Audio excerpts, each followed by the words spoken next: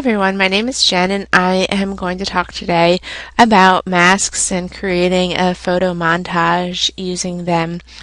It's something that I know we did in class, but I had seen this idea on YouTube of creating an animal that was half human and half animal. I thought it was cool, and when I showed my office mate, she thought it was such a cool idea that I decided to go with it, and then it was a really good review for me because there was a lot of stuff that I forgot with using masks and how to create them. So hopefully you'll find it interesting. And I ended up doing a human face on an animal body and my own face, actually. It looks really cool if you do half a face. If you do the human body with half of an animal face, it was really neat also. Yeah, so the same tricks would work with that.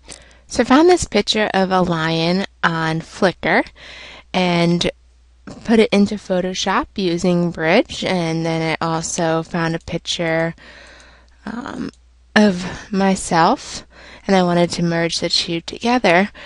I made the picture of myself about the same size as the picture of the lion by going to image and image size, and I made it about 640 by 960, about the same size or similar size. And don't think it's exactly the same, but I just wanted it to be able to line up kind of nicely. And then to move it onto the page with the lion, move it over, as I'm sure that you already know.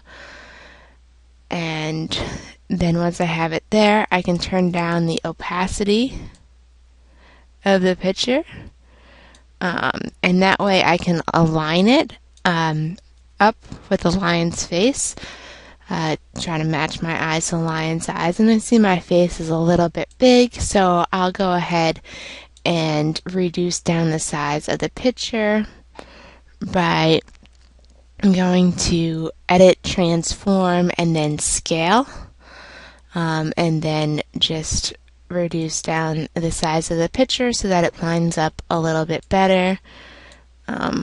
Hopefully not distorting my face in the process. And then when I find that I have it about where I want it, my size of my face to fit the size of the lion's face, our eyes are lining up. And I can bring the opacity back up to check it.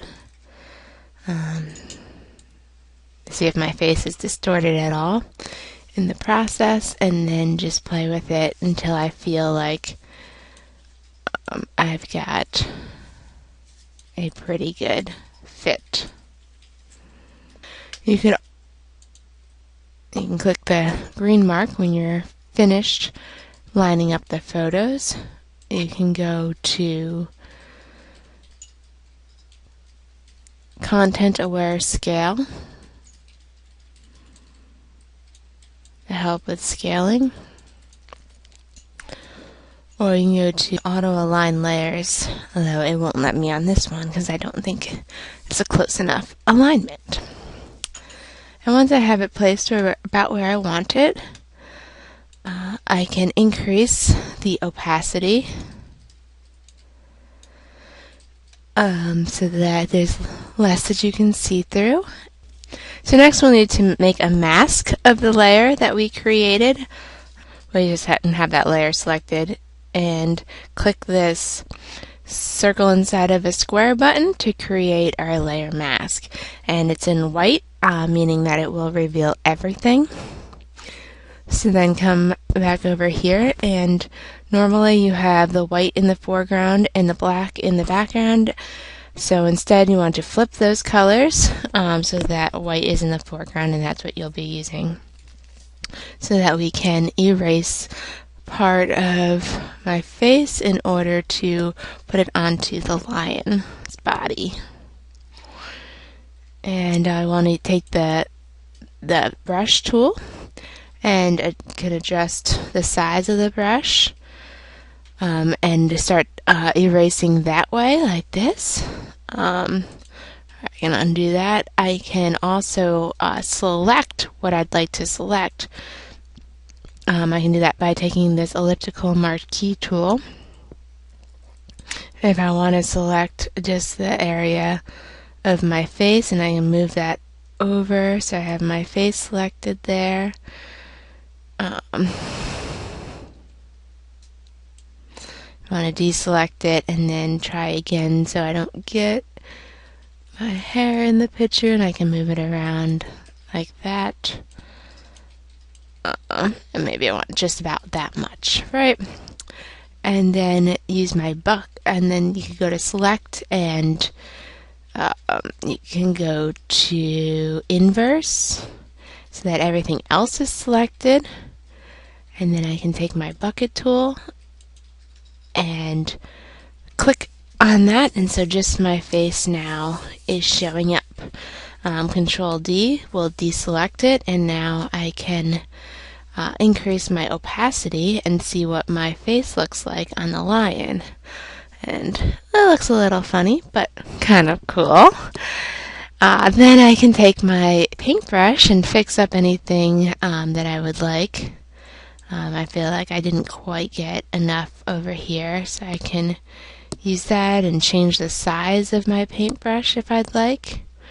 I can use ellipses to make a new circle if I wanted to get a little bit less in there, or I can use my paintbrush tool.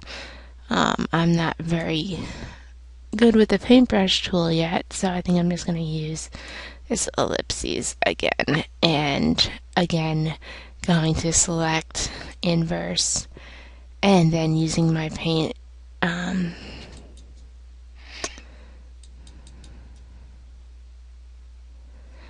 bucket. Use my paint bucket to select the rest, and then Control D for deselect. I can then use my paintbrush to fix up any parts here on the side. I can use I can change the size to a smaller paintbrush and then fix up the edges.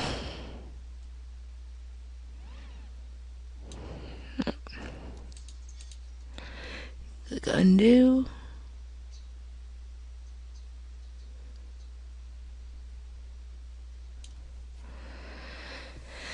And so now I have a beautiful lion mane around my face. And this could look cool also if you just did half a face. You lined up and did half the face, which was my original idea with this project. It didn't work quite as planned, so it just didn't come out like the pictures I saw. They all looked good, and I think it was just the pictures that I was choosing and I was got frustrated trying to find a new picture. But yeah, so I think this was a cool idea, and it's a lot of things that we already have gone over in class, but you could play around with that, and then you could play around also with the photo in general, adjusting, adding adjustment layers, just brightness and contrast. You can add adjustments as well.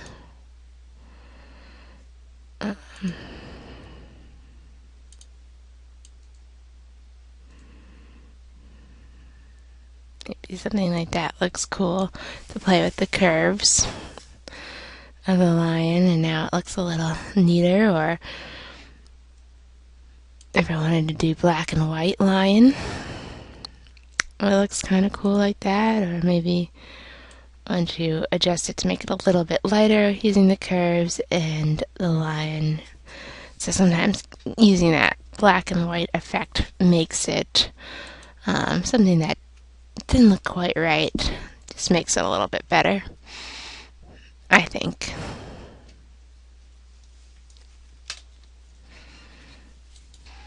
Thank you for watching, and just to correct my mistake, the black, not the white, is in the foreground. Sorry about that.